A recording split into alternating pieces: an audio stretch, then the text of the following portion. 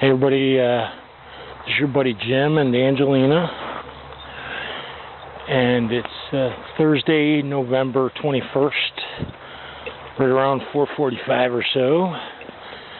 We're on the state trail that runs parallel to State Route 49 in Oswego County. This is episode 3 of the Gospels of the Digital Prophet. And what I'd like to talk to you today about, or discuss today about, is death itself and life.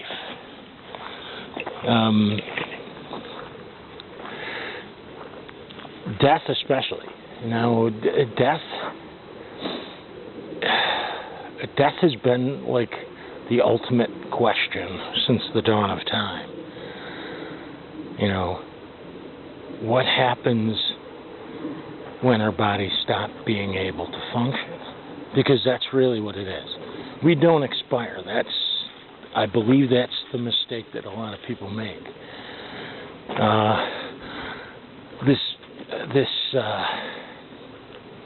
This body, this package that we live in, this machine, it's a physical machine that we live in. It's lubricated, oiled, fueled, and it functions on energy. So what happens? You know, logically, the atheists have it right. Logically, the lights go out, game over. But is that really what happens? I don't believe it is. Now, one thing that every religion, all of them, including the ones that I don't even believe are religions, believes is that we are all, at the end of our lives, going to be held accountable for our sins and transgressions against the teachings of whatever religion we belong to. That also means that our good deeds will be taken into account as well. So let's just say that's what happens. Let's, for the time being, disregard any possibility of the concept of reincarnation. This is a one-time deal. We're heading straight through and we're going to be judged, okay? That said, what have you done this past week that you'll be ashamed of? Just think about it. And then multiply that times 100. Or even, in my case, 1,000 maybe. I walk down this trail and I've taken hundreds of pictures now. Well, maybe not hundreds, but close to 100 pictures now of energy orbs. Several of which I have posted on my Facebook page. They were random pictures shot right here along this trail. And they're clearly defined circular orbs in the photos that were not droplets on my lens or anything like that. They're unexplainable. Although some people will attribute them to mist or something, I'm sure. But that wasn't the case. So if these energy orbs exist, why? Why do they exist? My belief, and I have truly come to believe this now, is that these energy orbs, these hauntings, if you lived in the house that I grew up in, at least if you were me when you lived there, you knew our house had some other presence there. A couple of my sisters know that I'm telling the truth, and I'm sure they'll be watching this as well. Hi, sis. But, so, those of us that believe that spirits exist, you see pictures like the ones that I captured of the energy orbs.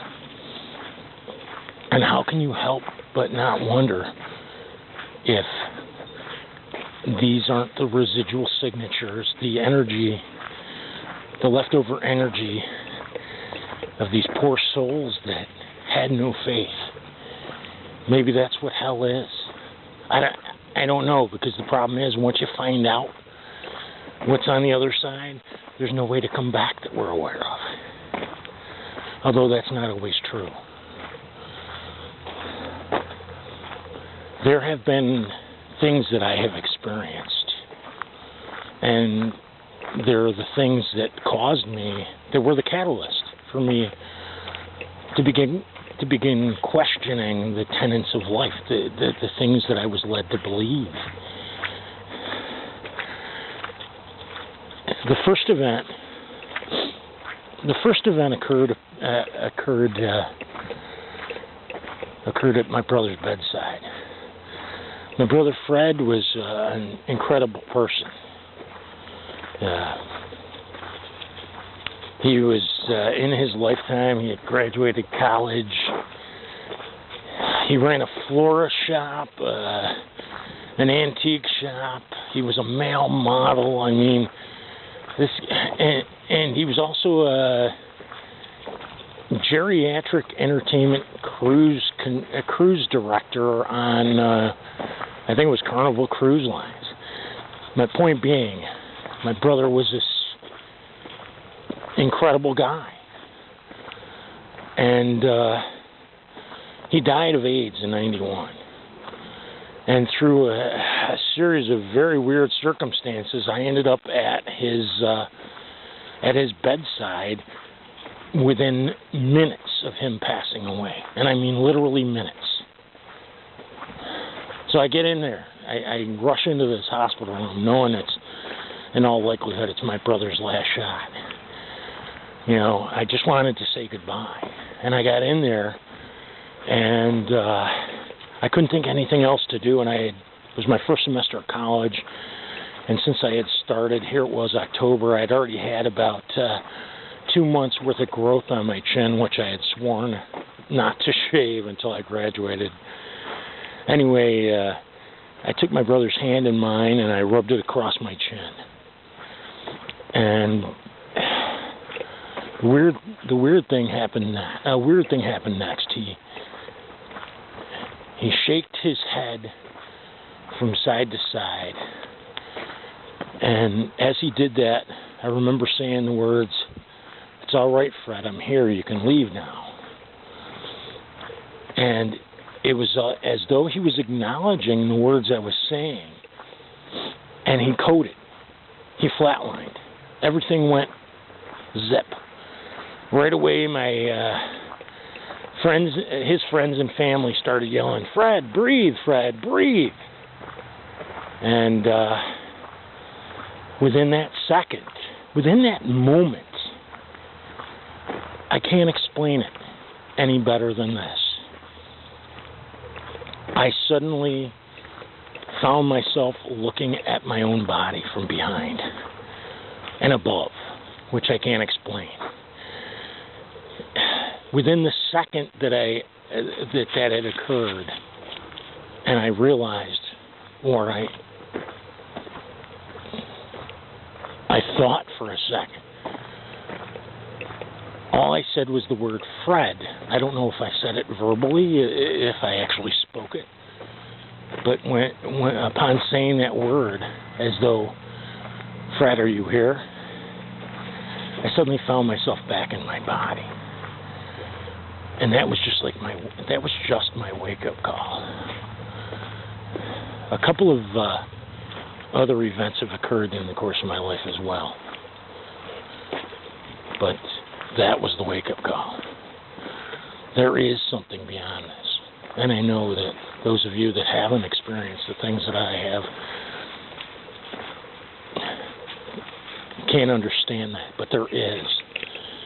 And if you don't have faith in something, what's left for you? If you don't have faith in rebirth and you find out that this isn't the end, that this was just a test, then what are you going to do when you go, when you're gone? I would rather have faith and find out that I was wrong than to not have faith and find out I was wrong. You know, and as far as dying goes, will we see our family? I think that we will be aware of them. I don't know if we'll see them, but I believe we'll be aware of their presence, of their love. But what we need to do is focus on life right now. That's what you need to do. We can never determine for sure what's going to happen on the other side. No mystic, no psychic, no prophet other than God Himself can tell you what's going to happen in the future.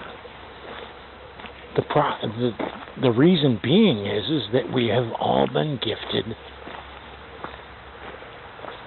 with our own will, free will. And within that free will, sorry, the dog was being a pain in the neck there for a second. Within that free will is our curse. Because for every choice we make, every action we take,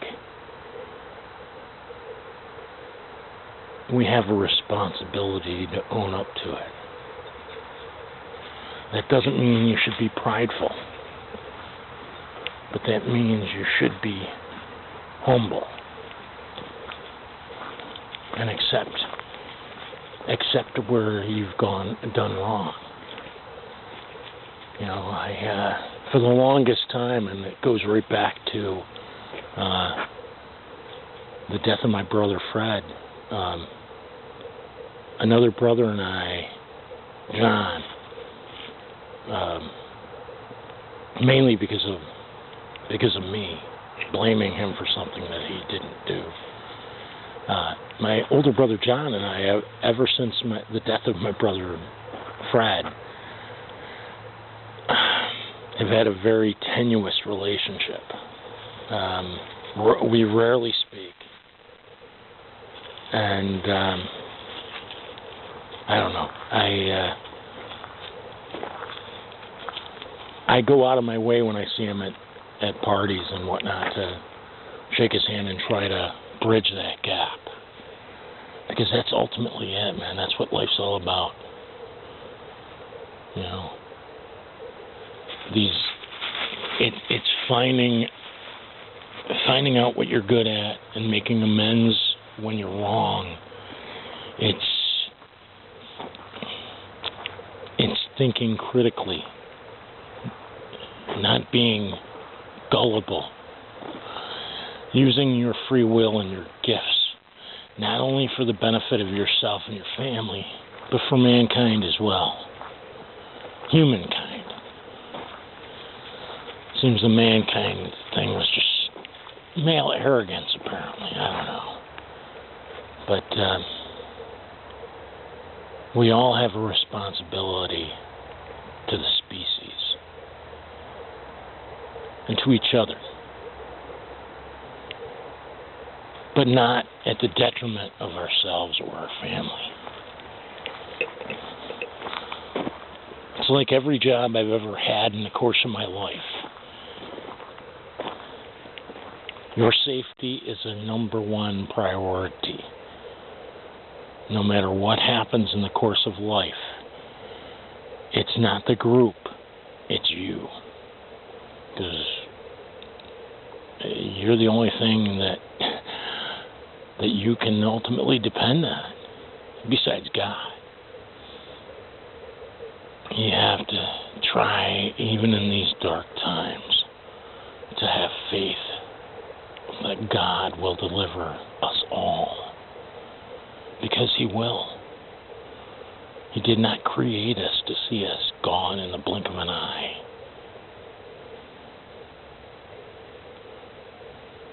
We will